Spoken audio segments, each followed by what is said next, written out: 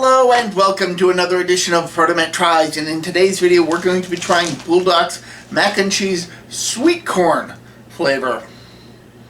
Sweet corn flavored mac and cheese.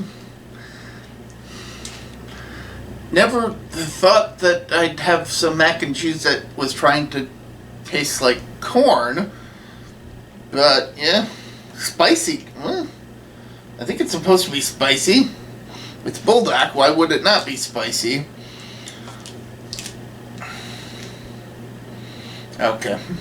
Yeah, it is spicy. It's specifically spicy level 2. If you can see that. But yeah.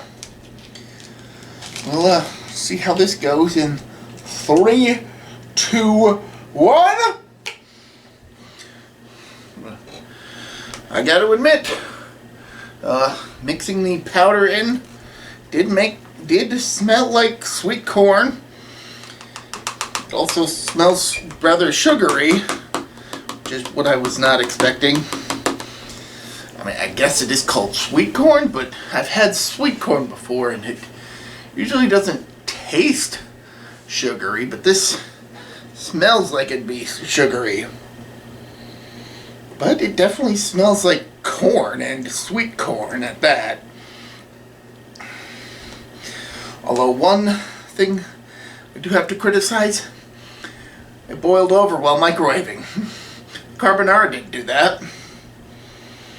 In fact, it boiled over so much that while it was microwaving, despite the fact that I put it as close to the center as I could, it ended up drifting away from the center as it was cooking. So yeah, not sure what that was about, since in terms of composition this isn't too much different from carbonara, but that is a point against it, I gotta admit. But maybe the taste can save it. Let's give it a shot.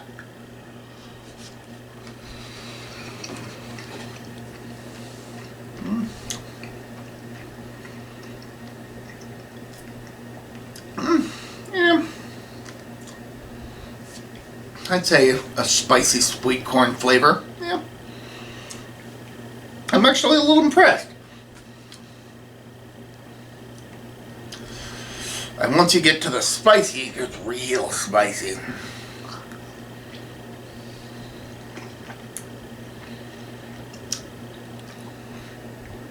And while the sweet corn flavor isn't immediately present, it does get there eventually, about the time that the spiciness starts to kick in.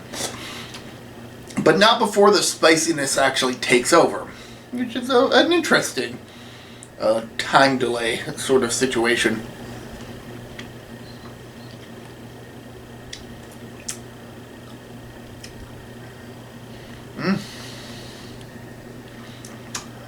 Try and clean off the spoon.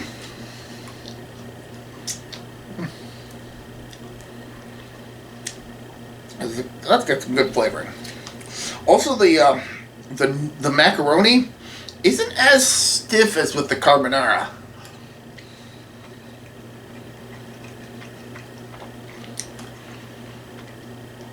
It's noticeably softer to chew, which I appreciate. I guess the offside of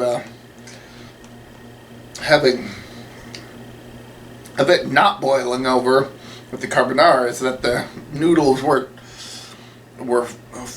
noticeably firmer. And this went in for the same amount of time, 3 minutes. I know the seasoning wouldn't have affected the consistency or overflow variables, because you don't add the seasoning or the sauce until after it's microwaved. So who knows? I certainly don't. If I did, I'd have figured out how to prevent overflow, but I can't, because I don't. But yeah, no, this tastes a decently like sweet corn.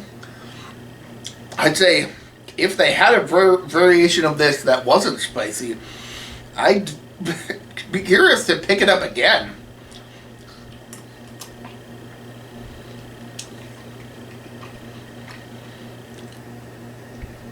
As it stands, I probably wouldn't pick this up again.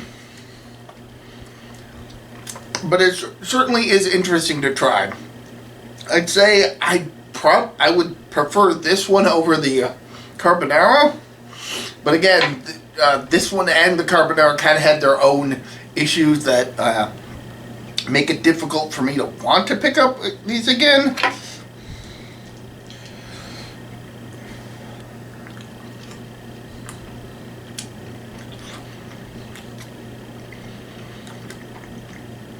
It's rather strange, but it is what it is. So if you're curious, give it a shot. Until next time, I'm ProtoMet. See ya.